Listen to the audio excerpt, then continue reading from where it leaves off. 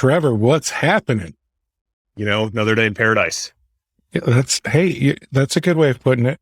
So you and I have had a real interesting couple of minutes so far. We have. You told me you love me. Let's just get that out of the way. Yeah. To be clear, I said I love you. I don't even remember. Did I say love you, baby, or anything like that? But just love you. That's all. Yeah, that's the best answer. So my wife popped in, handed me a cup filled with ice. Yep. And then she's walking out. I think she already had the door closed as I said that. And Trevor just happened to pop in right as I love you came out of my mouth. So I didn't mind. I'm here for it. Yeah. And the best part is he's in such a better mood now. I am. I'm ready to go. All right. So I want to start off with some things that you probably can't speak on at all. But hey, who knows? Maybe this will only help you. So there's a company called Datto. They just got acquired by Kaseya. Datto has it's an RMM, an RMM and a PSA. And the PSA piece is possibly the closest thing to what you do. All right. But it's, professional services automation for MSPs. So, Datto, people think highly of them. Kaseya is the complete opposite. So everyone's really upset that Kaseya just acquired Datto. And what? Yeah. Let me look at my note, because $6.2 billion. It's a few dollars. It's a few dollars. It's a few bucks. I got to say, there's not a whole lot I wouldn't do for $6.2 billion. Yeah, it's a few bucks right there. Yeah. Short of selling my soul to Satan. Yeah.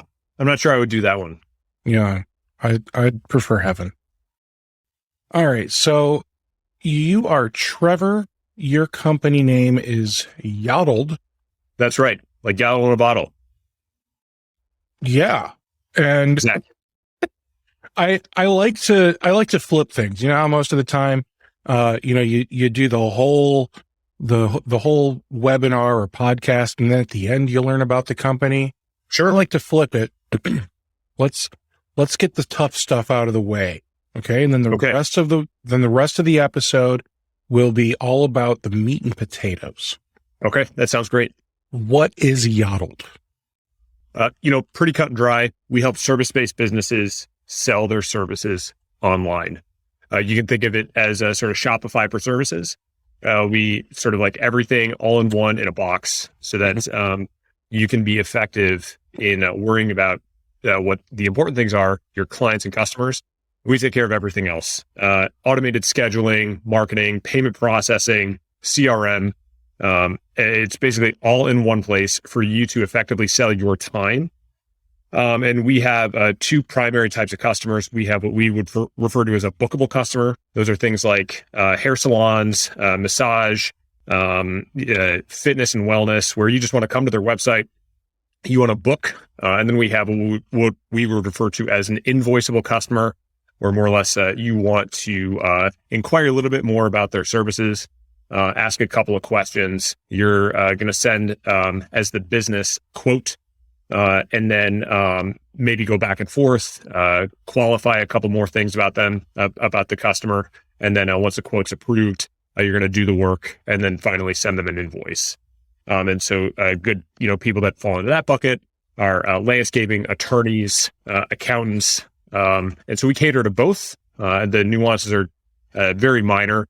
And at the backbone of everything is obviously scheduling, so that you can sort of block off your time and make sure that you're effective in serving both of those customers.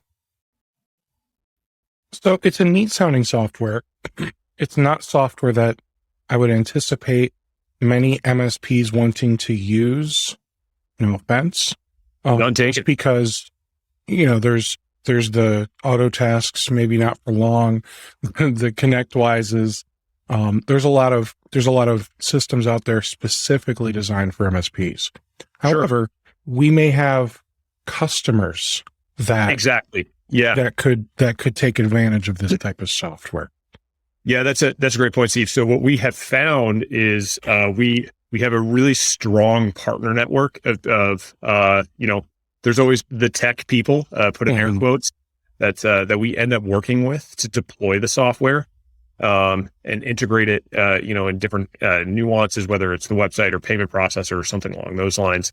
And usually what ends up happening is we'll either work direct with a customer or we'll sell through some sort of other partner where they themselves are actually going through and helping the customer in some form or fashion understand, oh, hey, here's how you can do marketing.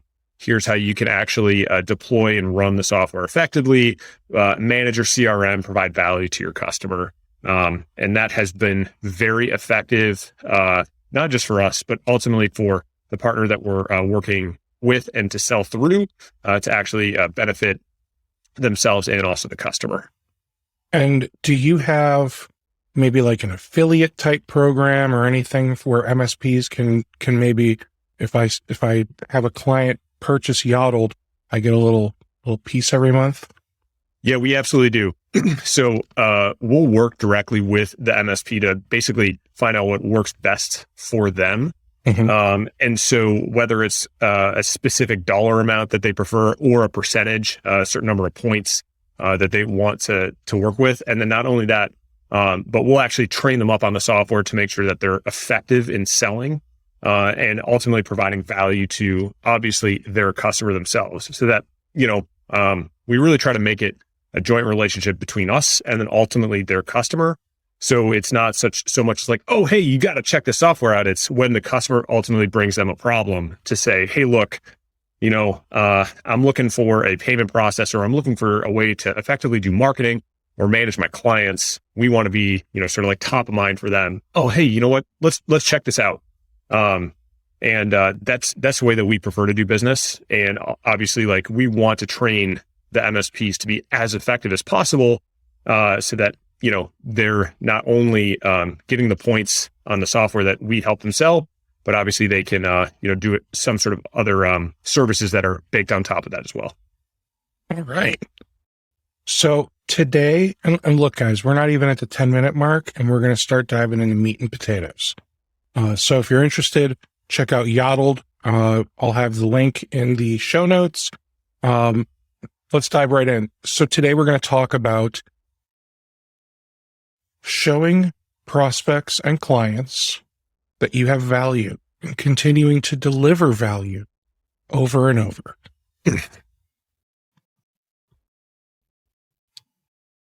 So with that, what's the secret, Trevor? Let's make this a 12-minute podcast. There's just one secret, right? Yeah, I think, ultimately, I think that there are a few ways that you can ultimately show and provide value to your customers. Mm-hmm. So it's not so much like sending that aggressive marketing email to say, hey, special deal, sign up now. I think ultimately, we could even use the podcast here as an example. It's if we can get the customer to see, 5-10 seconds for permission to ask, for an additional 10 seconds, for permission to ask for an additional 10 seconds. And we're consistently delivering value, whether it's through humor or through actually sort of showing content that they want and ultimately will benefit from in the long run. That's the way that we would potentially want to be engaged, and our customers want to ultimately be engaged. Steve, it looks like you had a question. Go ahead. So what do you mean by asking for 10 seconds repeatedly? Because that sounds like the worst date ever. Yeah. Okay. All right. So think about it like this. If we just say, hey, I just recorded this webinar, come watch the entire 45-minute webinar. It is highly likely that, not a lot of people are going to ultimately watch the entirety of that 45-minute webinar. And it is also highly likely that there's a couple nuggets that you want to ultimately provide to your customers. And so I think the question that we must ask ourselves is, and if we can if we can drive it back to sort of like sales and cold calling or even warm calling or something along those lines, is what's the hook? What's the ultimate thing that you provide that your customers need and want? Because we have to ask for sort of that thing and prove that we are the tool or that we are the service for our customers. And we have to continue to prove that over and over and over again. And usually it's done in such a way, and we need to do it in such a way that we are providing value first. We have to give before we can take. So if we consider, sort of like the example of that 45-minute webinar, and if we even ask ourselves, how often have we sort of like scrolled LinkedIn or scrolled some social media networks? How often have we ourselves watched a 45-minute webinar? And even if you look at sort of like, oh, you get views on this thing, the way in which most social media platforms actually count views. Steve, do you know how they count views in terms of like, if they give you credit for a view? Do you know how much time a user has to watch a piece of content to count it as a view? I believe it's 3 seconds. 3 seconds. That's right. So a user watches something for 3 seconds. That counts as a view. And so we ourselves, we get that sort of like, ooh, good feeling, right? Oh, it feels so nice to have somebody, social media network say like, hey, you got a view on this. And it's 3 seconds. And so if we consider that just for a moment, a user is counted as a view for watching something for 3 seconds. And yet we're putting up these things for content that's, 30, 45, 60 minutes long. And so the question we have to ask ourselves is, if we ourselves aren't even watching stuff for, 3, 10, 15 seconds, and yet we're consistently publishing things for, 45-minute, webinar or whatever, it is near impossible for us to actually assume that our customers are going to want to sort of absorb that material, because the demand for attention is just crazy these days. So we must be able to articulate our message in these like very quick nuggets and be able to provide value to our customers in very succinct, clear, articulate messages where it's almost sort of like a laser beam, where you must be able to sort of hone in and provide that value to your customer in sort of like 5 seconds. And then if you continue to sort of like customer wants to keep watching, that's where it's sort of like is this notion of I provide enough value, I've asked for that permission. Now they're going to keep watching for an additional 5 seconds, and then an additional 10, and then an additional 20. And there's more sort of like tips and tricks that we can sort of like dive into and talk about. But before we get to that point, does that make sense, Steve? I think it does. Yeah. Excellent. So now if we sort of like have that rooted in our heads, we've got that sort of like where we're providing not these sort of like very extensive long, and I know that we're talking about a, podcast now. We're sort of like getting into this in a podcast, but even in these podcasts, they're sort of like very likely succinct nuggets. So we can sort of, tease out we're giving these points of value. And then we can sort of provide that, in addition to, other aspects of content to our customers. Okay. So now if we sort of like have that rooted in our head, and what are then the succinct, messages that we want to provide as value to our customers? Okay, so now we then have to think about what and where are our customers searching for us? How are they searching for us? And how do we actually want to drive our customers to actually find us? And so then this gets into this other sort of way in which most customers are likely looking for us, which is search engine optimization, or what's an acronym called SEO. So this is something where a lot of people start, and it gets sort of like, oh, I need to blog, I need to write things, I need to sort of like get this stuff out. And so, I think that a lot of people will write content, but then it's a matter of how do you actually get ranked, and then how do you actually provide that done in such a way that your customers actually want to read it and want to find you.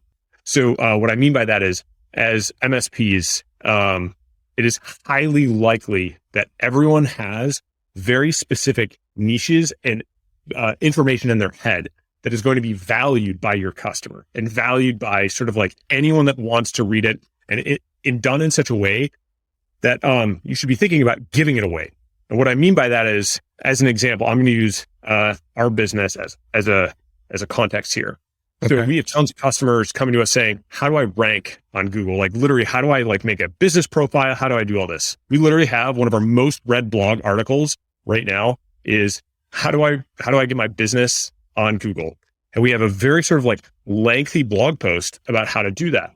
And so we just wrote it. You can go find it. We don't charge for it. And it's just done in such a manner that like, we've optimized for sort of like giving that away to our users, and the way in which we have done it gets us to the top of specific sort of like these Google searches. So now sort of like when a customer goes to look for how do I get my business on Google type of thing, we want, thank you so much, Steve, for putting that in the chat. So now it's done in such a way that like our customers can find us, they naturally find value. And then that's just like in the back of our customers' heads where sort of like, they say, oh man, like that was really beneficial. Maybe, they're going to provide other, points of benefit.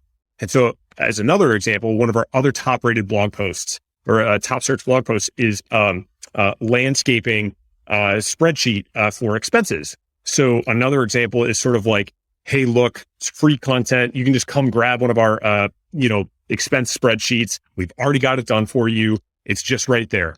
And so like, if you're a landscape company, you're looking for how to do sort of like get your company ranked on Google, you're looking for an expense spreadsheet. Now, all of a sudden, like, like I could continue to do this in a very manual process, but based on the continued content that I'm reading from this company, maybe there's a way that I can continue to sort of like automate and optimize my business. And I actually don't have to do it anymore because I have higher functioning tasks that I should be doing, such as earning more clients and, sort of like doing the work that I would rather be doing.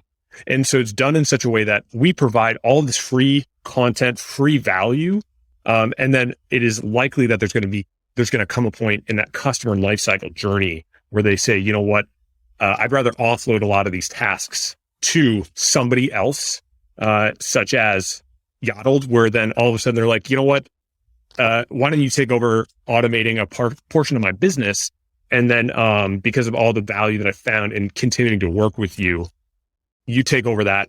And I'm going to, sort of like go do what I'm really good at, which is, delighting customers with sort of landscaping.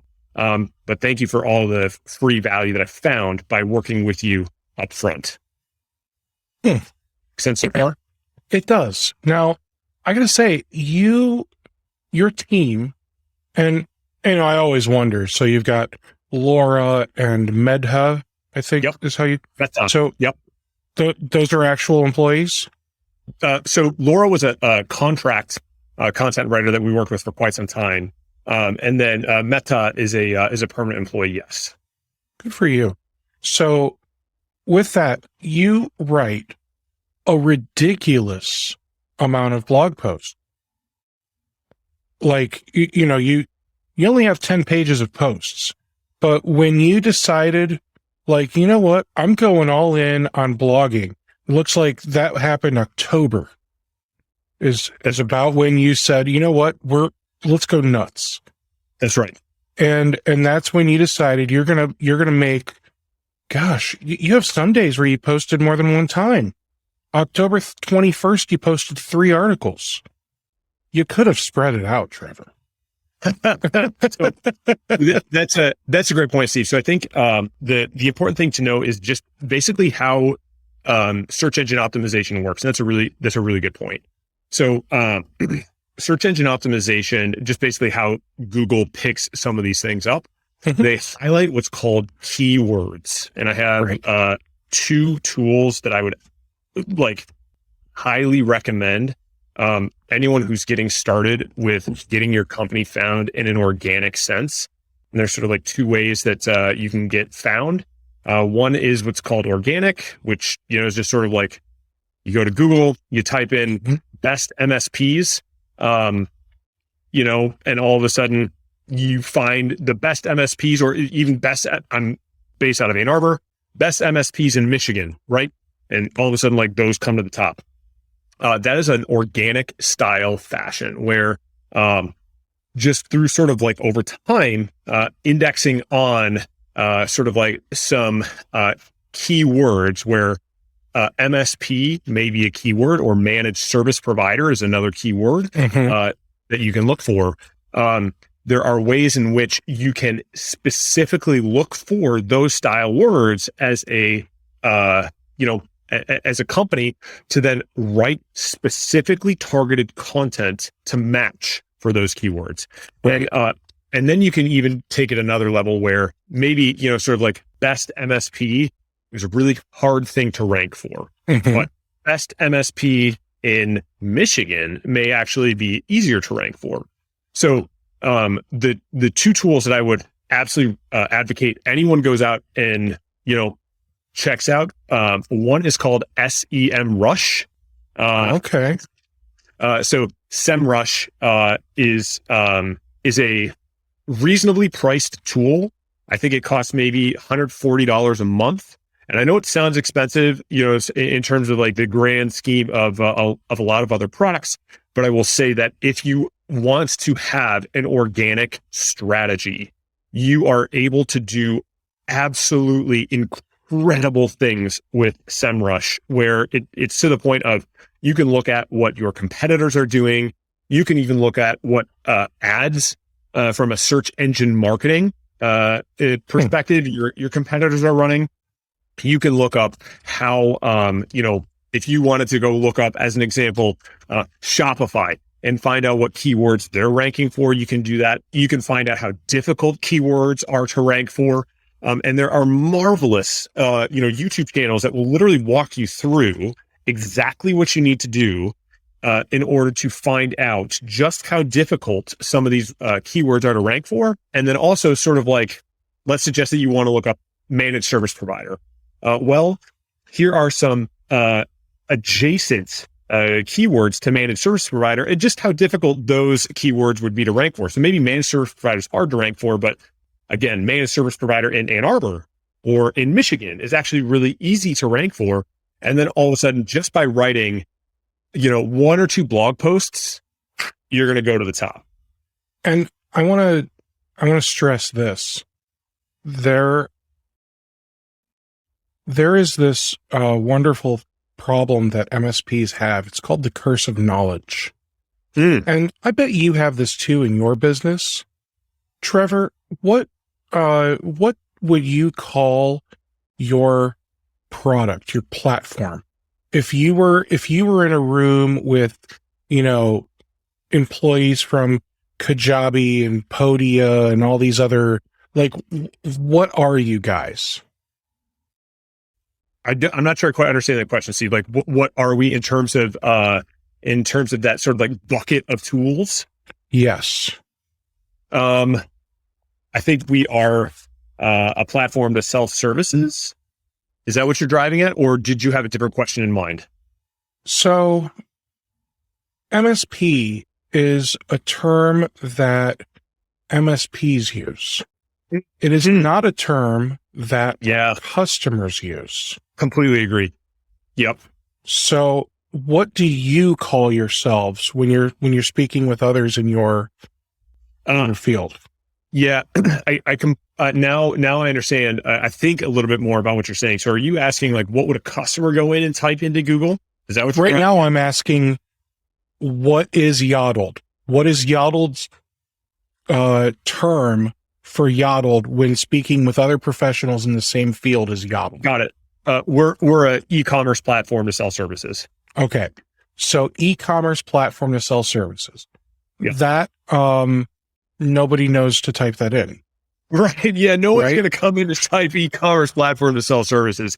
Exactly right. Yes. So obviously people might type in like Shopify or, they're going to look up how do I build a website? That kind of stuff. Yes. They're going to look up, how do I book customers or let customers book?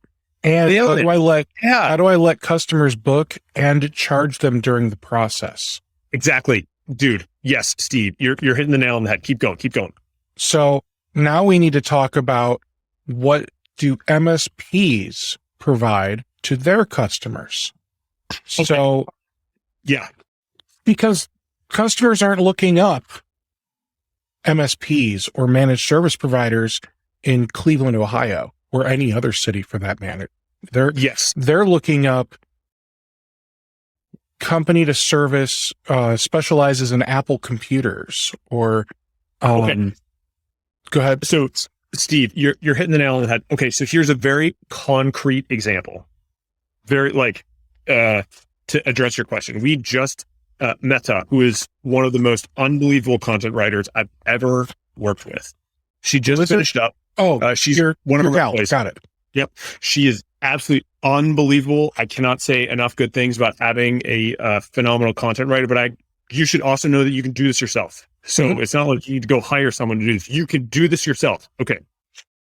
She just finished up a 12 blog post series that has nothing to do with us. Right. What I mean by that is she just wrote 12 blog posts about Pilates. I saw that. You have a great deal of content on your website about Pilates. That's right. Does she like Pilates? Again, this has nothing to do with what we like. It has nothing to do with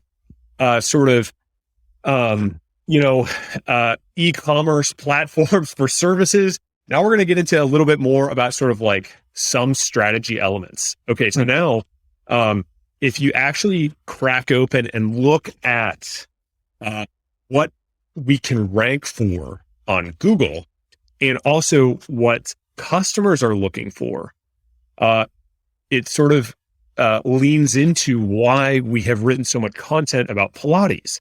So in general, a lot of people are searching for personal training.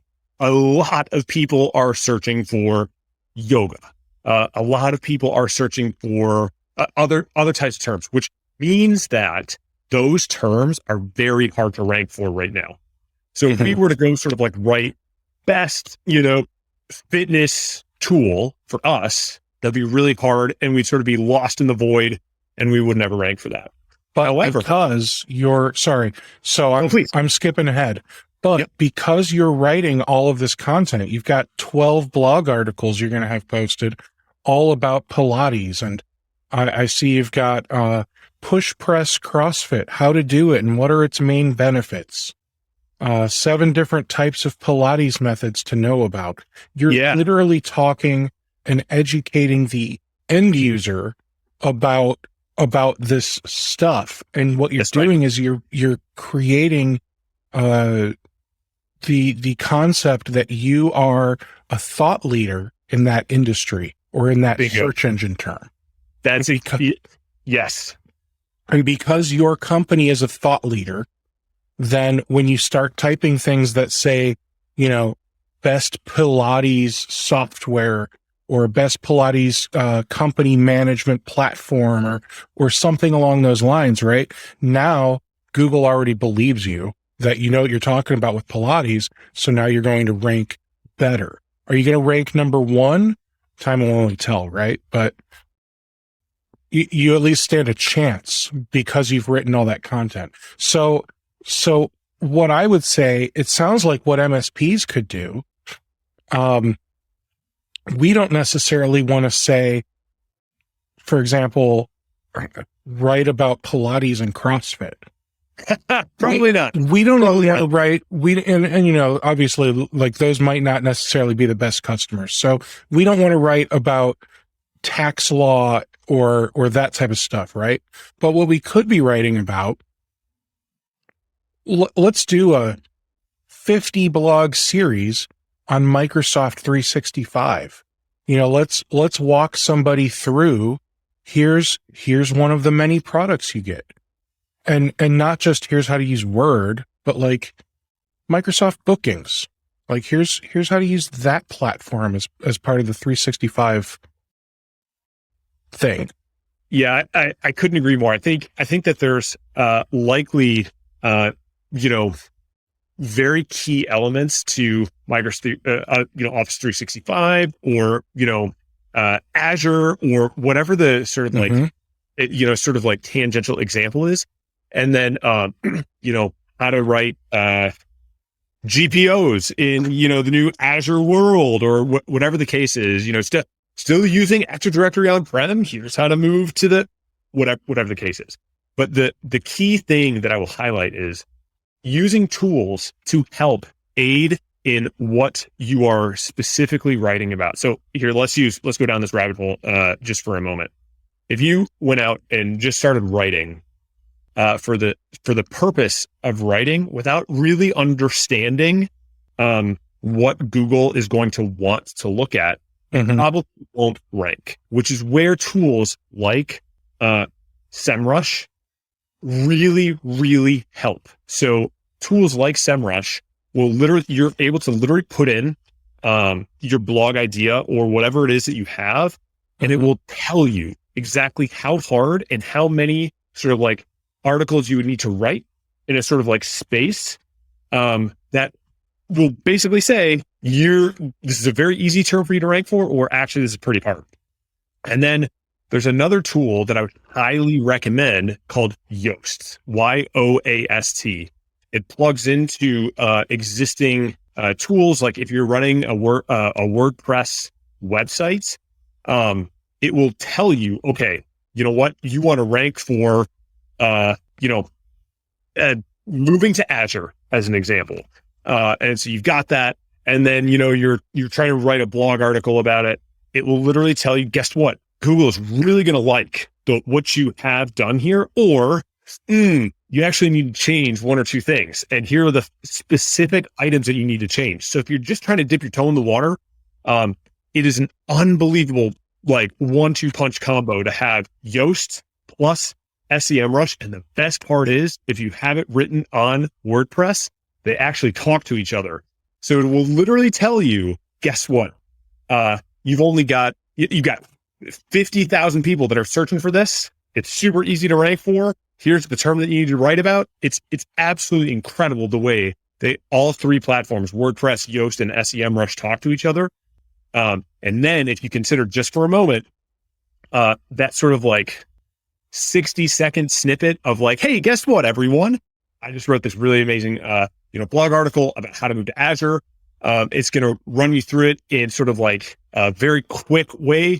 Here's the top 3 benefits that you're going to get. Come check out my blog post. Now, all of a sudden, like, instead of somebody basically walking through and watching this like 45-minute slog of a webinar video, you now have just explained to your customer in laser focus, here's what you're going to be able to read. It's going to take you 5 minutes to run through this. Here's the 3 main benefits that you're going to walk away from.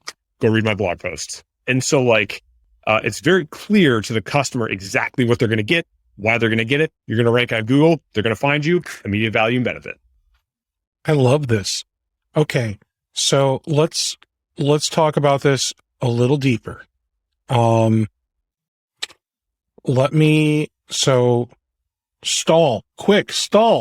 Okay. let me stall then and just provide a little bit more sort of like rationale and a way that you should think about each one of these things. So, let's use ourselves. Again, I always go back to using myself as the primary person that I would look at and read through this. So think of it as, like, even if you're not a business person and you've never sort of like had to do any of these things before, it's referred to as a funnel, meaning sort of like, a sales funnel, or, you got to fill up your car with gasoline on the side of the road. Wow, that might be an outdated reference at some point in the future due to electric cars, but hey, you know what? We'll roll with it for now. So we've got to fill up our car with gas. We've got this funnel, right? Okay, so I'm going to continue to sell hot dog. We've got SEMrush. Yes, this is great, and we're going to run through this in just a minute. Yes, but think of it as a funnel.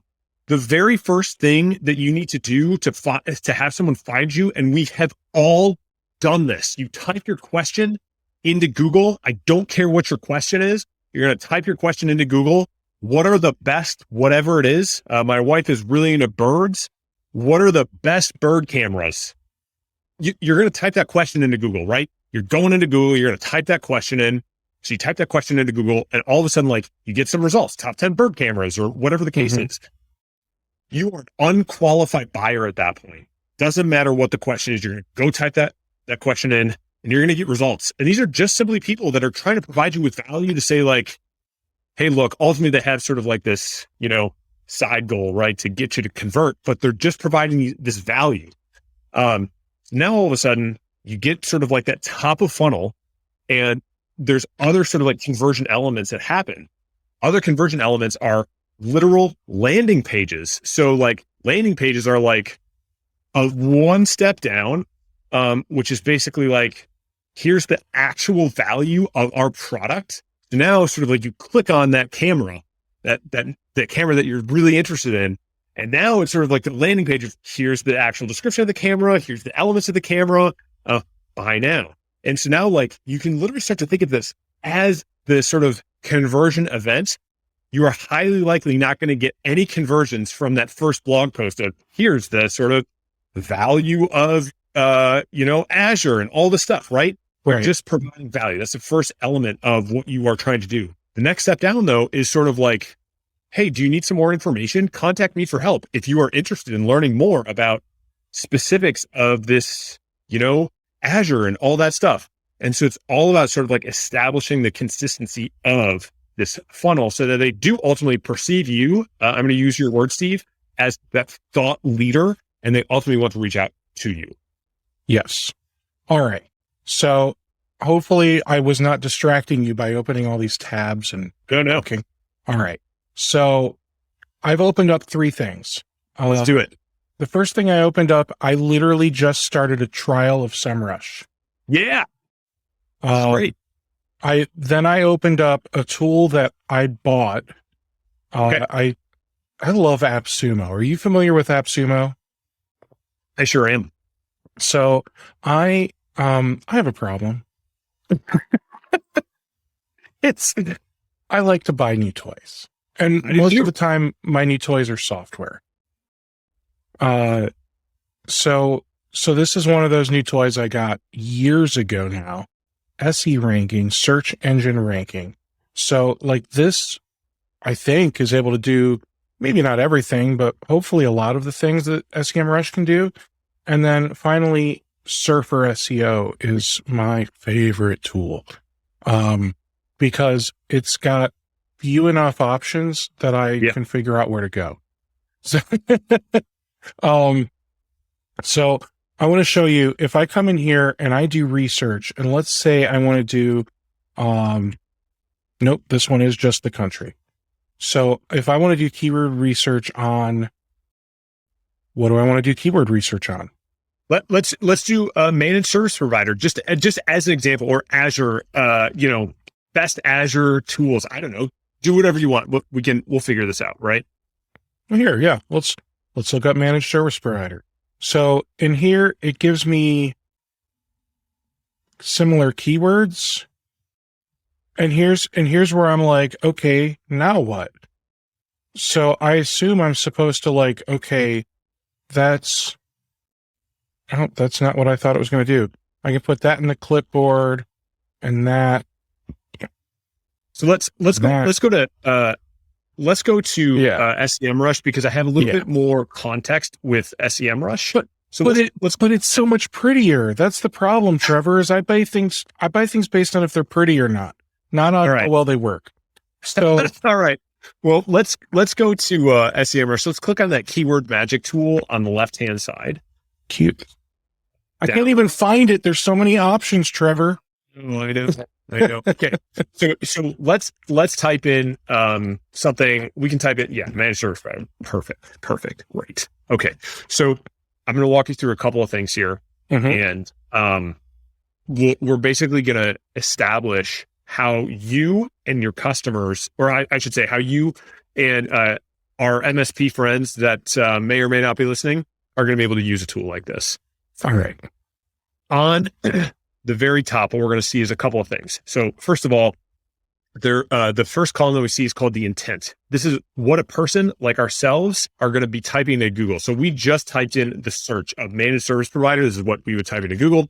And we can see the search intent. There are different types of search intent, and you can just mouse over and find out what this is. Informational, transactional, commercial. There's a bunch of different types of search intent. So here we see that right now, it's just sort of like, I have a question, I want to type it in, and I want to find the answer. You can also see the overall trend. I would expect that most of these are going to be sort of flat. There's not going to be a ton of change. You might expect that like there are going to be other searches that do have high variation in terms of their change. Maybe sort of like when the latest Bitcoin run up happens, Bitcoin is going to have right. But here we can see sort of like overall different. There's going to be probably a pretty flat trend. Okay, so the next one is called, and probably the one that we're going to spend a fair amount of time sort of like thinking about, is called the keyword difficulty. So this means that if we were to write a blog post or a piece of content, a landing page, where the predominant thing that we are writing about focuses on the term of managed service provider or managed service providers, or like whatever that keyword term is, how hard is it for us to rank for that particular term? So the first one here, the higher the number, the harder it is. Bingo. Higher is more hard. So when we're first getting started out, we really want things that are sub 40 in terms of the keyword difficulty. Moving to New Hampshire. New Hampshire. That is right. And so, usually they are tightly coupled with the search volume.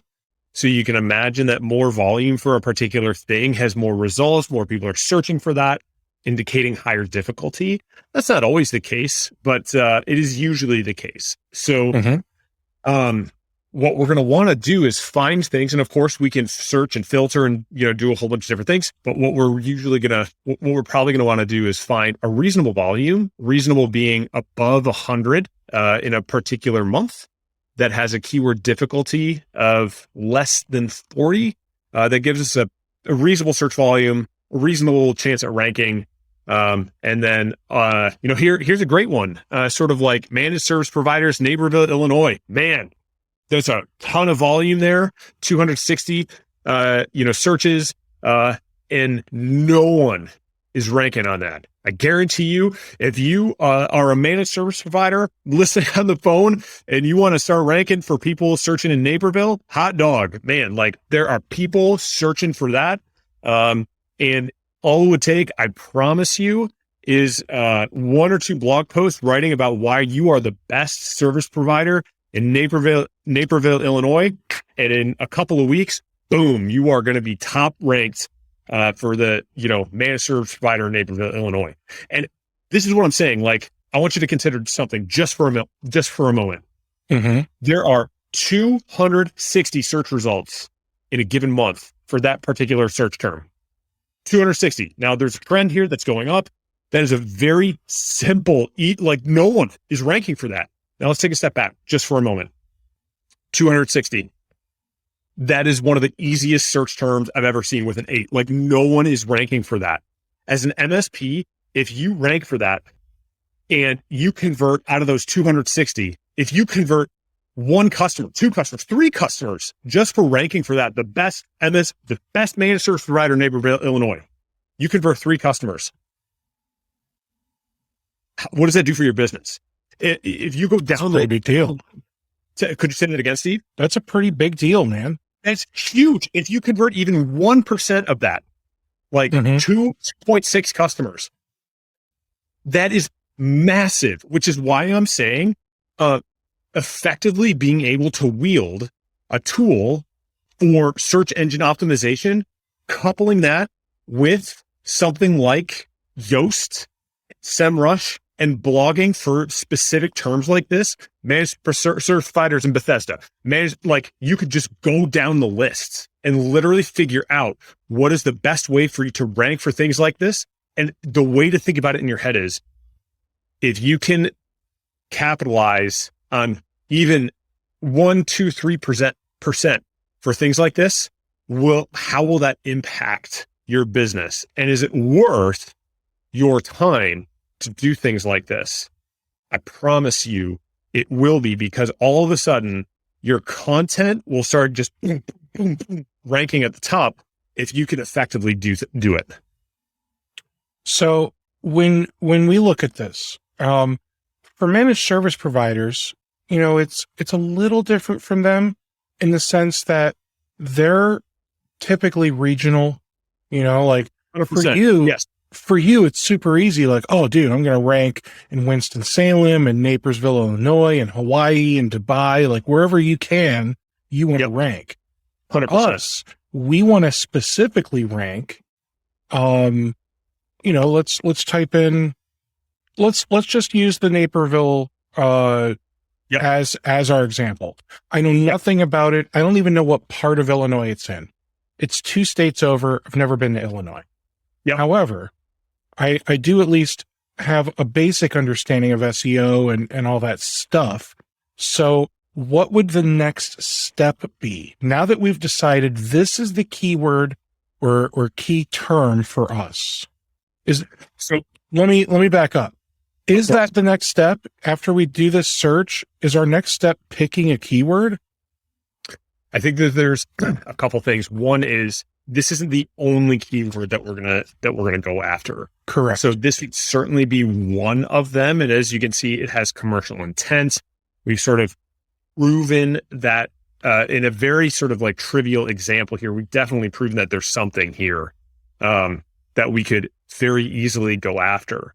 But let's take a step back and just and sort of go one step backwards. Sure. So this would be very, very easily a landing page, meaning this would sort of like if we remember that funnel that we talked about just a couple moments ago, this would be this is just one of the pages on our website. Is exactly one page is going to rank about this.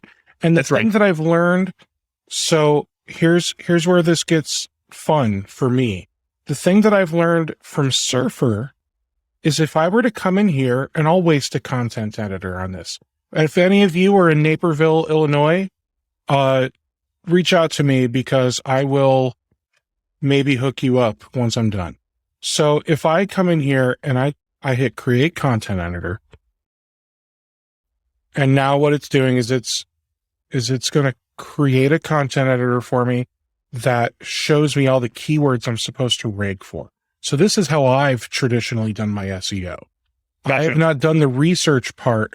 I've done I want to rank for these keywords, so I'm going to start writing about it. Gotcha. Yeah. So again, I think that there's a couple different ways that we can approach this. So one is sort of like, I would always do the research up front. Sure. Again, sort of like the thing that we want to talk about here is this is sort of like customers ready to convert. They know that they need an MSP.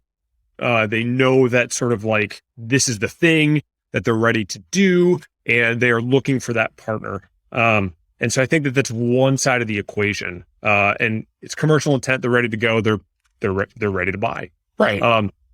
The thing though that I think we immediately jumped into was basically like, and what we forgot about is the other components, which are basically what value should we be providing first before a customer even realizes, oh shit, wait, can I say that? Sorry. Well, I did now. Whoops. I need an MSP. So I think that there's an educational component first that we sort of like top of funnel that we have to be talking about to the customer, which is basically, all the other pieces that we may need to be educating the customer about to basically say, look, here is what you should be doing with Azure. Here's what we should be doing with your GPOs. Here's what you should be doing with your security policy. Here's what you should be doing with if you're using. Got it. So how do we use SEMrush to help us build that whole campaign? Okay. Yes. All right. So perfect. So now let's think about now this is where sort of like we would have to defer a little bit to each of our own individual expertise because of the fact that, like, as an example, last time I was certified on any Active Directory infrastructure, it was in 2003. So my Active Directory knowledge is certainly not going to be as well versed as some of the other MSPs that are on the phone. So here, let's just play with this example, right? Yeah, sure. I'm sorry, go ahead. No, I was gonna say, I mean, we can pick a different, but no, play it out, man. Let's Okay, so just to play this out, just as an example, if I was an MSP, and I had intimate knowledge of Azure Active Directory, Mhm. the best place to start may be sort of like, let's here in that search box up top, type in Azure Active Directory just for a moment, and let's see what comes up. And here, what we're doing is we're using the keyword magic tool. Yeah, perfect. And do me a favor, would you hit the keyword magic tool, which is that one step down? Oh, but this is my favorite part when it's got the questions and all that. Okay, so here we could even here, let's go here just for a moment. Okay, so here we've got this is showing us based on like volume and everything else. Yeah, but here this is where we can actually find out just what people are looking for, why they're looking for it, and also a couple of different other ways that we can do this. So here, up at the top, do you see where it says KD% by that filter? Do me a favor and I messed with this earlier. Perfect. Okay, so where it says from to, hit that 2, and let's just do 50. Let's just see what comes up. We'll leave the from, Sure, 0 to 50, Yeah, easy peasy. Easy peasy. That's right. Okay, so now what we have here is a good sort of like sense of, all right, we've got on the left-hand side, it's showing 86 total. Do you see where it says all keywords on the left-hand side? At the top left, we've got 86 keywords that are left, where they're all going to be sub 50 in terms of difficulty. And now we can start to basically like scroll down. So here's a great one. Azure Active Directory, disable MFA for user. Okay, so sounds like a fantastic idea, by the way. It really does. It really does, right? Okay, so but now let's think about it from this perspective. Maybe we write a post about why that's a terrible idea. Okay, so there are people that are literally going into Google and typing Azure Active Directory, disable MFA for user. That's true. And put that as keywords into your blog posts. All of a sudden, now you're perceived as a thought leader to say, listen, this is probably not the best idea. And as a matter of fact, here's all the reasons why you wouldn't necessarily want to do that. There are 359,000 search results for that. And imagine if you were the number one search result for that. And you then all of a sudden list out all the reasons why, pros, cons, and now you're a thought leader for that.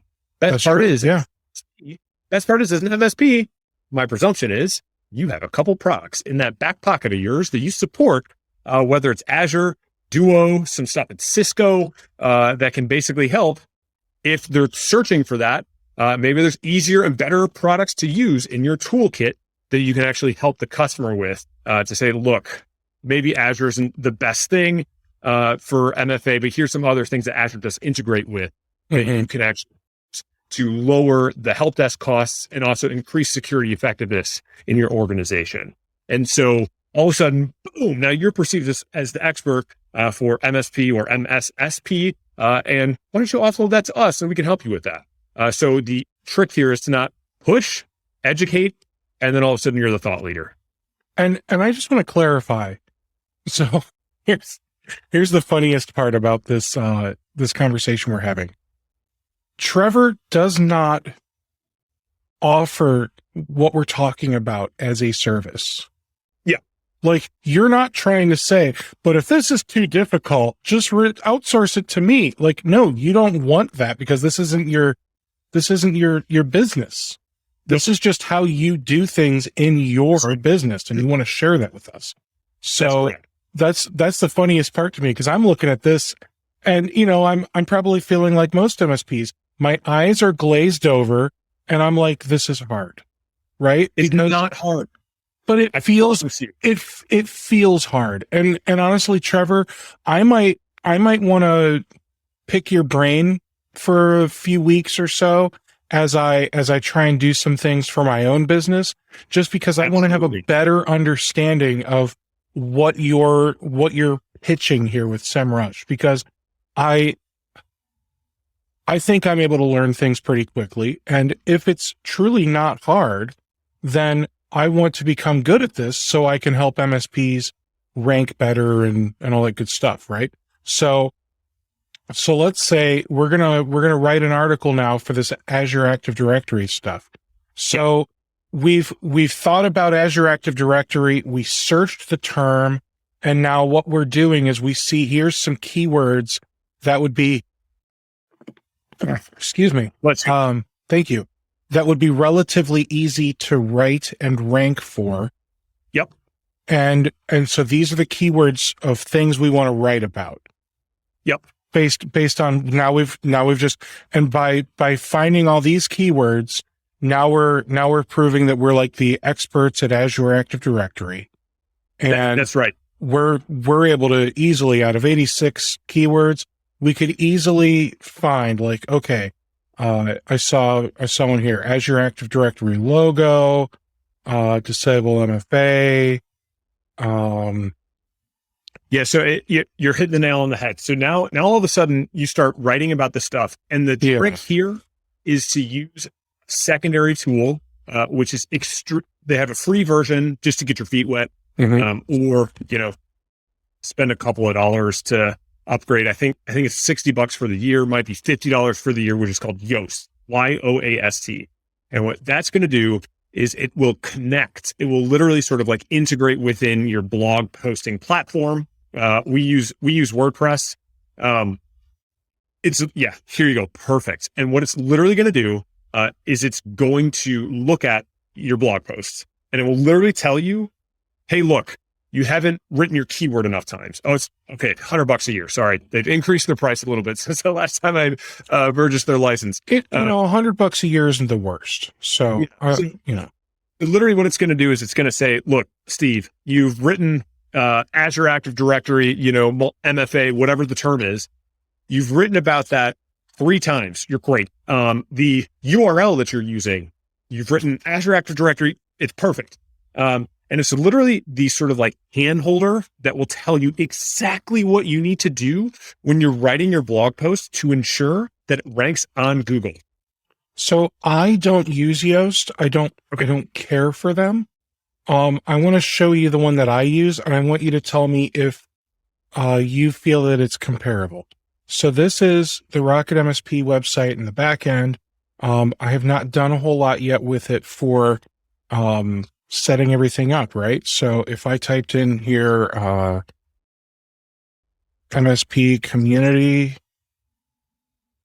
and then refresh analysis, I don't even know if it's gonna, it has MSP and it has community. There we go.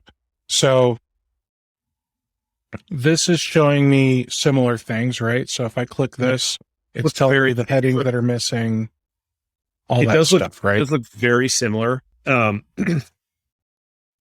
It does look very similar. I think that's again, I think that there's pros and cons to it. As an example, because of the tight relationship that Yoast and SEMrush have. As an example here, let me ask you a question. Could you tell me what keyword you're trying to rank for with this? On this particular word page? Yeah, it's MSP community. Okay, great. Now, as you go down, do me a favor and walk me through how you would look at this to know how things are going. It looks like, hey, you got it in the meta title, social meta tags are done. Word counter looks good. I think that there are some additional things. This has a good sort of synopsis, but I do that there are some additional components in terms of adjacent keywords and additional elements in terms of other items such as, hey, look, you actually tried to rank for this already in your, in some of your other blog posts. There's just some other elegance that Yoast will bring into play. But look, we all have our personal preferences. You got to so you know why I don't like Yoast? It's because no matter what you do, you buy Yoast SEO for WordPress, and then it's still trying to sell you more garbage. No matter what, it still has more ads for oh, you should do this too. No, I just want to do what you do. Stop it. Yeah. So that's why I went with SEO Press. Gotcha. I think this is the right domain. Yeah. So I went with SEO Press because for for the person that's not using SEMrush and all these other platforms, right? You can get SEO Press Pro, and it does, I'll say, a lot of what Yoast does for less than half the price. Yeah, perfect. So Steve, when you and I were talking before, you had asked a couple of questions about some of the things tools that we use and whatnot. One of the things I just want to mention really quick is, look, I don't think there's a right or wrong way to do things. I also think that yes, there is. Perfect. One of the things I did want to say though is, you'd asked us, hey, what do we use internally for, as an example, help desk ticketing and all that stuff. We use good old fashioned email. So people just send us an email to hello@yottled.com and we just respond to that. That's basically it. We don't have Zendesk. We don't have any sort of like help desk ticketing or anything along those lines. Sure. It literally is just email. Our knowledge base is written on Notion. It's nothing fancy. And I think that a lot of times, people immediately jump into this perception that they need sort of like these, sort of like very robust tools in order to accomplish a specific goal. And so what I would advocate for is start with free tools, see how far you get. And then as you continue to sort of like demonstrate success, then continue to sort of like add on. But the very first thing that I always sort of like go back to is delight your customer, provide them value, and then continue to sort of like add on the tool until you're sort of like the point at which you need a tool is when you're overwhelmed. That's the point at which you should consider adding, something else into your quote stack. Got it. Okay. Well, let's rewind a little bit or recalculating. Let's get back on course here, right? Let's do it. So we're back here. We've decided we're going to do some Azure Active Directory stuff. Now I know I'm going to write about disabling MSA for Azure Active Directory. Yep. Here's the part where people get stuck. What the heck do I write? Yeah. So again, I think it comes down to what are you an expert at, or what do you feel passionate about? And what can you be effective in communicating? So as an example, if you know absolutely nothing about Azure Active Directory or multi-factor authentication or that stuff, don't write about it. If you're not passionate about it, don't write about it. The most important thing is that you're passionate about it and you know about it and you can effectively communicate it, because people are going to know. Mm-hmm. Like if you're putting out garbage content just for the sake of ranking on Google, that's going to do benefit, and it's going to provide no benefit to your customer. And so you should always take a step back after you've written and after you sort of like push this content out and ask yourself, would I find value from it? Would I benefit from this? And if the answer is yes, push that sucker out. That's amazing. That's phenomenal. But if you're, really struggling to sort of like, you're having to do the research on your own, and you you're not passionate about communicating it, then, I would reassess the information that you want to communicate, because I promise you have, as a person, in sort of like the MSP space, I guarantee you have, information that you are working on a daily basis and you're solving problems, whatever that is, write about that, because there are things that you have in your head, in your brain, the things that you are doing hands on keyboard. Those are the problems that customers have as well. And I guarantee you write about them, even if you consider it sort of like quote intellectual property, it's probably not, because of the fact that somebody like myself or other people in the world still are going to want to pay you to do that, so that they can, basically continue to expand and do other things. Your knowledge and your ability to do it, will be valued so much. And so I would highly, highly encourage you to basically say, here's what I do. Here's how you can do it. If you don't want to do it, contact me and I'll help you do it. And that to me is like, when I, like, not to me, but to other people as well, like, let them figure it out, or, hit you up. And that's, think about it. Like, if you go to Google and say, like, how do I fix my furnace? You can do it yourself, or contact an HVAC person and they'll come and do it for you. It's the same principle. So I'm going to take this a couple steps further. Okay. So here's what I want to do. So let's say we've decided I'm writing it on Azure Active Directory, disable MFA. That's the keyword I'm going to focus on. Yep. And now we're like, now what? Right.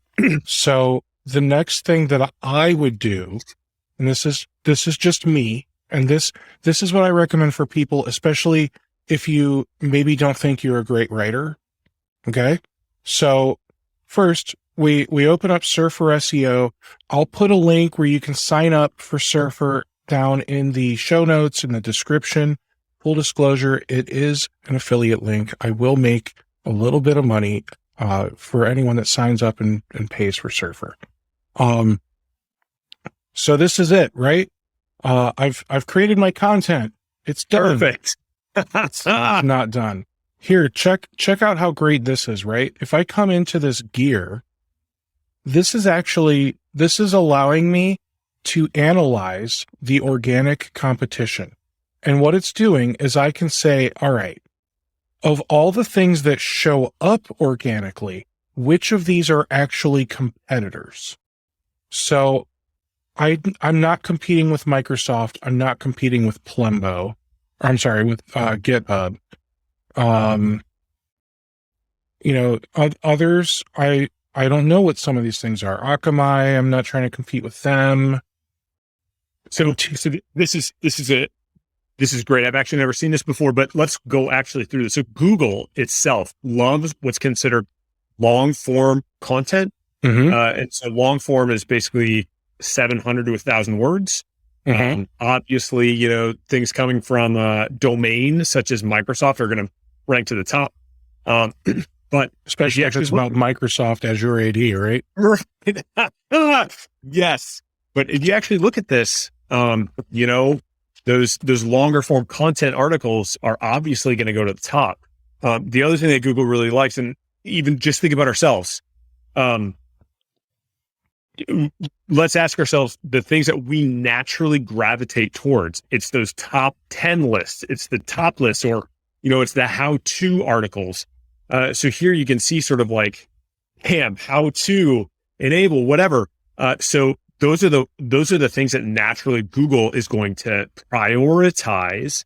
And especially if you have the content to back it up, boom, it's going to go right to the top. And I love that it tells you three important things here, right? It shows you the number of words that are on the page. It shows you the authority from the domain. So the domain authority, and then it shows you a content score based on their own scoring platform. So the authority, I believe, is the Google domain authority. It's likely coming from another tool called Moz. So Moz is sort of like the internet authority for domains. They really are a really awesome tool. All right, so that's how we do that. You can hit this button and load 10 more and have a total of 20 in the list, but I'm just going to keep it there.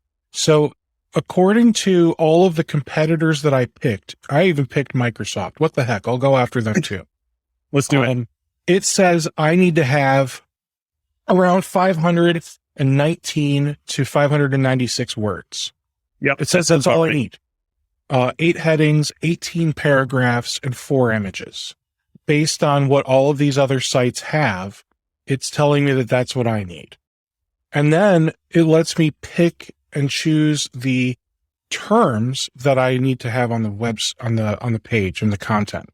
So I feel like I should also have MFA and maybe security and maybe password. Okay. And then I'll scroll down, and the next thing is it has topics and questions. People also ask. So maybe I'll include those. And then competitors also have this information, right? So I'll maybe I'll pick these 3 things. And then down here, you can make some extra stuff. From there, I'll hit let's go. The next thing I would do is I can scroll down, and it's telling me literally if I want to rank well, it says the more of these keywords I can hit, the better. And it says I have 0 multi-factor authentication MFA. I would probably get rid of that one because I wouldn't write it like that, But it says I should have it 2 or 3 times on the page. Whereas multi-factor authentication, I should have 5 to 16 times on the page. So this is literally giving me like some guidelines as to, well, here's how many times you should have each of these key phrases or keywords on your page. I would then go to the outline page or tab or whatever. Here's where it gets real fun. I'm going to get rid of this. Let's see. I'm going to add this. I'll add this and this. And then look, so all of those were titles. So all of these, I can now read it larger and I can pick between these. Which one is the content I'm going to write? Well, I'm going to write the top one. So there's that. Yeah. So I'll get rid of here. And then next it's got headings.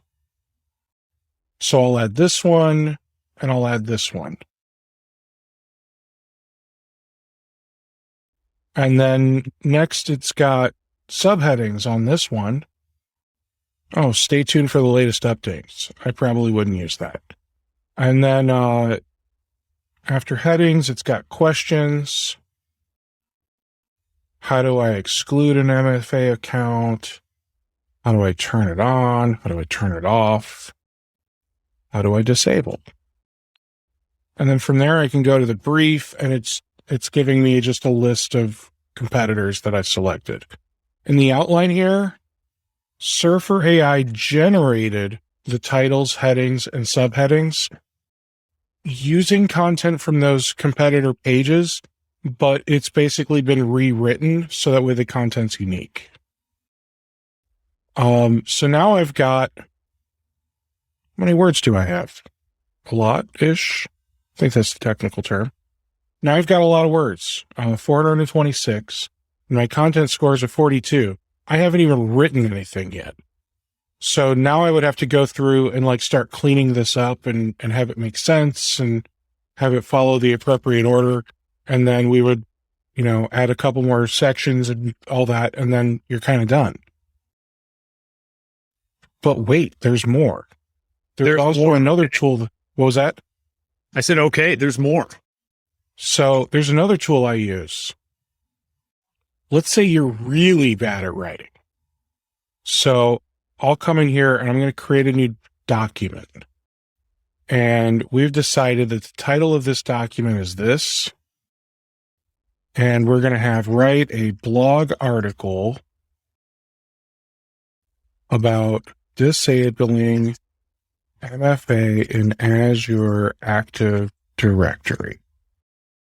The tone of voice, I like Joe Rogan. It's a good tone of voice. Azure Active Directory. That's good for now. And then I can also take all this. I'm going to paste it in here because Jasper links up with Surfer. Okay. So Jasper is a different piece of software that I'm paying for, but I can come in here and I can link these two together.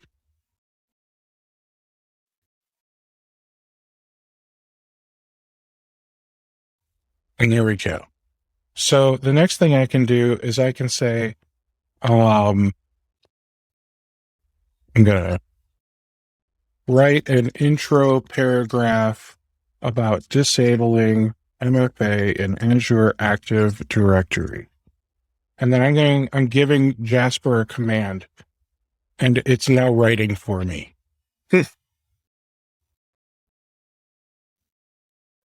And now we're going to make a heading. Is disabling MFA in Azure Active Directory a bad idea?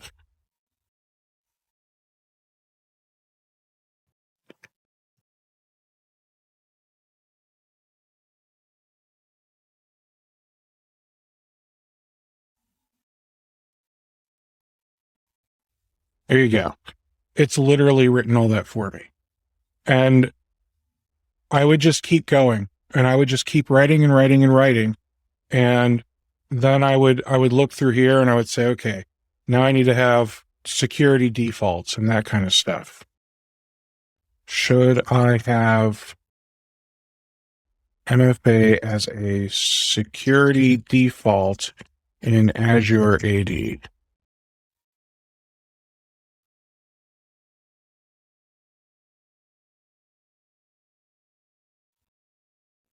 And the goal is to just let Jasper write all this content for me.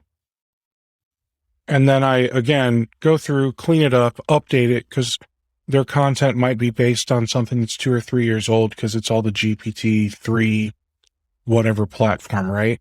And eventually I start checking off more and more boxes of these keywords. And as soon as I get a bunch of these in green, eventually this will have a score that's like 70 or 75. And then I feel like it's ready to go on the website. So that's how I write. Gotcha. Content for a website. So, using SEMrush, I think would be really helpful because I don't think Surfer has a very good keyword research tool. Because if I type in Azure Active Directory in here,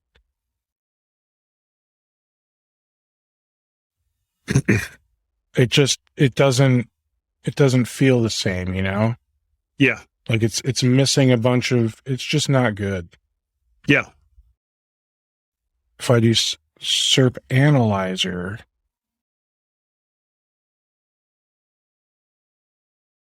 I don't know why I added MFA.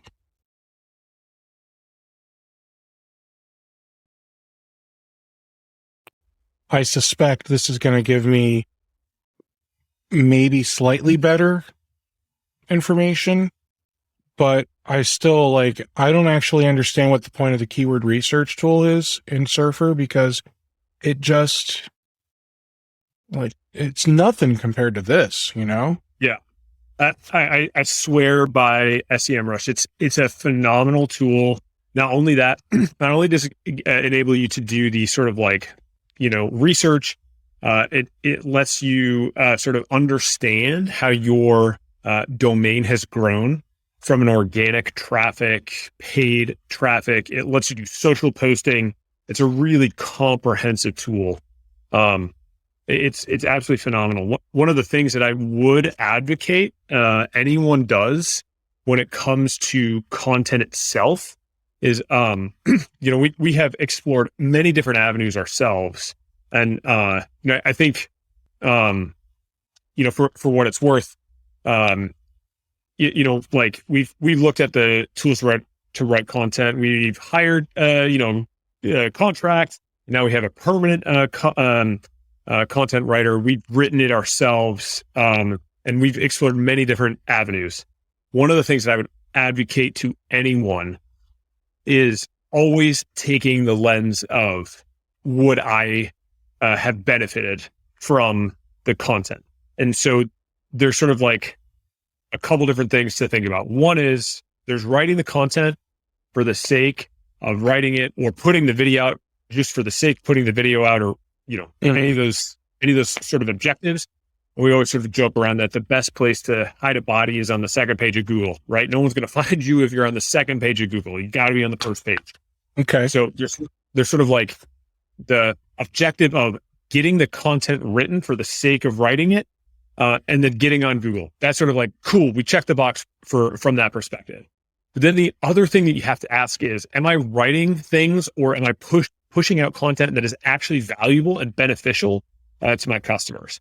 And when you actually take a step back, and regardless of what tool you're using, if you're using, Surfer and Jasper, if you have somebody that's writing the content, or if you're writing it yourself, you must ask yourself when you're actually reading it or viewing it, or whatever the case is, you must continue to ask yourself, would I, as the person searching for this, would I find this valuable? So if you ended up stumbling upon, let's, use our example here of disabling multi-factor authentication.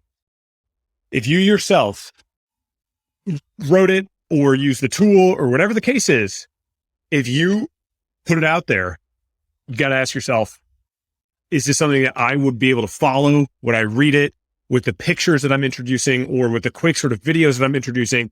Would I actually want to take the time to read it? And if the answer is no, then you got some more work to do. You have to basically continue to iterate and work on it. So the objective is not just to sort of push it out for the sake of ranking on Google. The objective is literally to provide that value to your customer, so that, because if you're pushing it out there and you're not proud of it and a customer isn't going to find value in it, then the question is, are they actually going to contact you to achieve the objective, like securing their Azure AD environment? Probably not. So that's why you want to make sure that you're providing that value to the customer, so that when they find that article, they're like, oh, snap, Steve's amazing. I want to contact him to actually, come in and do that MFA deployment.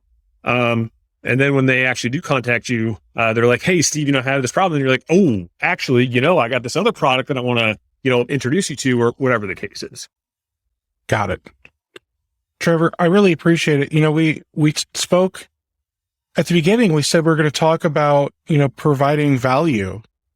And I think this absolutely is providing value, but this was just one small piece, right? We spoke so, oh man, I love how deep we went into this too. Like, we literally took it to, we almost wrote the draft of an article about it, disabling MFA for Azure AD. Obviously, right. That is, I would do a much better job and actually read what's being written. Okay. I just want to clarify. I'm not like, 12 minutes later, oh, cool, my article's done. Like,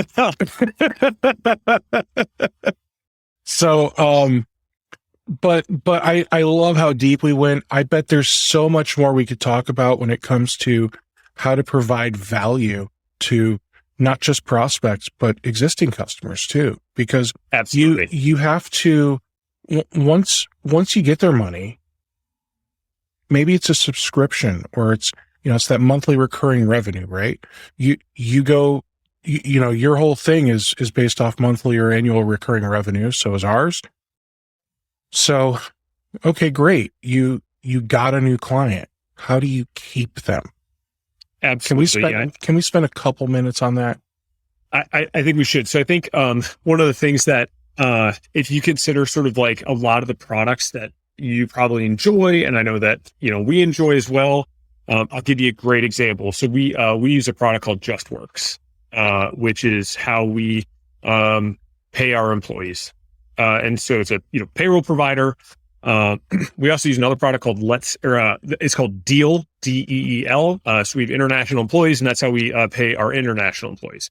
I think we recommend if you are wanting to hire people outside of your country, Deal is one of the simplest and easiest to use platforms I've ever interacted with. And you can hire an international employee 24 hours later. It is, I've never been, it's absolutely phenomenal. And JustWorks, if you're looking for a way to sort of like get payroll supported for, people local, holy smokes, it's also really, really phenomenal. You can extend, benefits and 401k and all that stuff. It's great. But I'll use JustWorks to establish the example here. So, JustWorks, they got our money, we pay, I think, $50 per month per employee to be able to extend, maybe it's $100 per month, per employee to be able to extend, payroll and, benefits and all that stuff. So we, though, however, get a monthly newsletter from them centered around, you guessed it, Steve, content. So Not only does it benefit any new people that they may interact with, but it also benefits me as the employer. Hey, guess what? Do you have questions about tax time? Here's the sort of things that you may need to know. Here's sort of like, click this thing. Cool. Do you have benefits about how, I don't know, legalization of marijuana may impact your sort of like employees and so on and so forth? That was a very recent article. Hey, do you have questions about X, Y, and Z? Hey, guess what? Do you want a referral bonus? If you refer us to one of your customers, we'll give you $100 per employee of the business. So guess what? Trevor, if you refer us to a 50-person business, you got a $5,000 check coming your way. And so they make it very sort of like, again, it's not focused on pushing us anything. They got our money. All it is focused on enablement around sort of like questions that they have heard about their customers asking, and then how we can, sort of learn about sort of like questions that other people have asked about: taxes, benefits, how to set up a 401k program. There's literally, they're going to get no extra money from me. We're like, the only other money they're getting from me is if I onboard another employee. We're not going anywhere. It's an amazing platform. And they just continue to send us this monthly sort of content that's focused on payroll and, all that stuff. Well, I like that. Having content ready. And again, it's going to come down to what kind of problems am I solving today, right? Yep. They're writing content about, the legalization of marijuana in states because they're getting a lot of questions about that. So what questions are you MSPs getting about, what are you getting questioned about right now? That's right. You're probably answering a lot of questions about the same thing over and over and over. For me, and I brought it up at the beginning, I'm going to say something about it again. That whole Datto acquisition by Kaseya, Yep. that happened this morning is when it was announced. Okay. So it's Monday, April 11th as we record this. It may be a couple weeks before it gets posted, right? So I'm going to be getting questions from MSPs. What do you think, Steve? Should I leave them? Should I do this? Should I do that? So the thing that actually makes the most sense is I should probably write a blog article and give an opinion about the Datto Kaseya thing and make some recommendations based on, X, Y, and Z, right? And then send that out as a newsletter thing and say, hey, if, not sure what to do about the Datto acquisition, check out this blog article I just wrote. Exactly right. So that is how you have happy prospects and happy clients, because all you're doing is educating them. Crazy, That's right? That's exactly it. And then all of a sudden you're perceived as a thought leader. They're going to continue to ask you questions. And then all of a sudden it's just this natural thing that happens. Like, just you're providing value. They ask you a couple questions, and then all of a sudden, before you know it, they're asking you, hey, what do you think about this MFA provider? We're stuck on the MFA thing. Also, I used to work at Duo, so MFA, natural thing. Hey, what do you think about this MFA provider? It's okay. What are your goals for MFA? Well, I just want to be so simple and easy to use. And my help desk tickets, I'm constantly getting called. So I don't know. Well, guess what? I think that, there's a couple of other MFA providers right now. I can send you some information.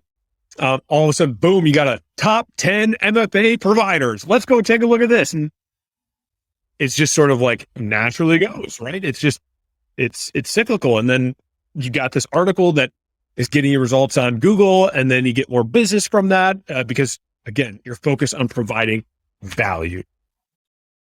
Well, for those of you that are wondering what your next steps should be, I think, and I'll ask Trevor what he thinks, I think you should think about the things that your customers ask you about most.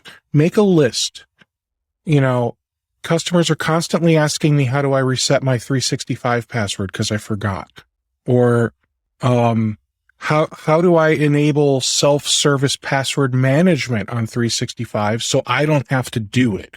That dumb little things like that, right? So make a list of the stuff that customers are constantly asking you about, and then start thinking about ways that you can capitalize on the knowledge it's already in your head, right?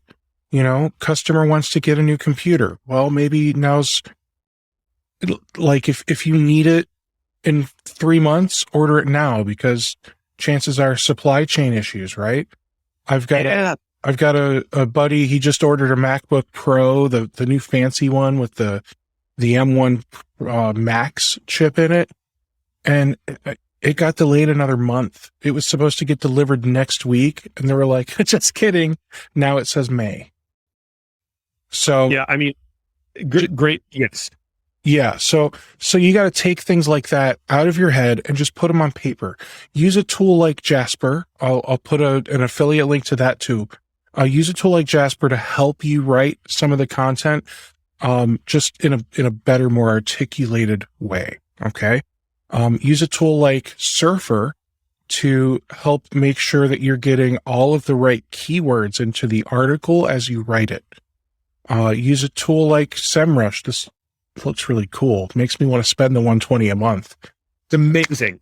I promise you, if you are looking to get ranked, and look, as you already said, Steve, I get no compensation for this. I'm just a user of SEMrush. Mm-hmm. I get no comp for SEMrush. I get no comp for Yoast, WordPress, right. Any of the tools that we talked about, right?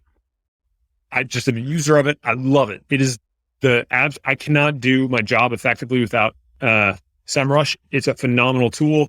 It'll help you do research. It'll help you do social posts. It's absolutely fundamentally, it's one of the best SEO tools you can go out and use. So, Trevor, when we're done, I'd love if you could stick around for just a couple of minutes so we can chat. Yes, sir. So yeah, guys, just take a few minutes, make a list of articles to write. Okay. Write some blog articles. Stop using, well, maybe don't stop using it. Keep using it, but stop thinking the only blog posts you need are the syndicated ones that you're getting from whatever marketing service you're paying for. Okay. Because what you may not even be doing right is you need to turn off the indexing on those. You have to tell the robots no indexing those posts, because as soon as you index syndicated content, it actually is hurting your page ranking, because you and 500 other people have the exact same article on their website. So yeah, don't rely on syndicated article to get found. Rely on that as just additional things that you can put in that newsletter that you send out, which also includes the blog articles you're writing. Okay. So Trevor, thank you so much. I really appreciate this, that you popped on here. I'd love to have you on again. I think, yeah, you sound like you know what you're doing. I mean, hey, we'll never know. As I like to say, MSPs, I think have one of the toughest jobs, because you got to do everything. You have to earn business. You have to get your newsletter out, market yourself. You have to, basically do everything. Mm-hmm. I'm in the same boat. I like to articulate myself as an intern of everything. And so we are all trying to sort of hustle hard. And so if anyone has questions, and that you can reach out to me directly, my email is trevor@yottled.com. If you have questions, just reach out to me. I'd be more than happy to, banter back and forth via email, or, if necessary, jump on a call. More than happy to answer. And also, if you want to join our MSP partner program, happy to set anyone up with that as well. Awesome.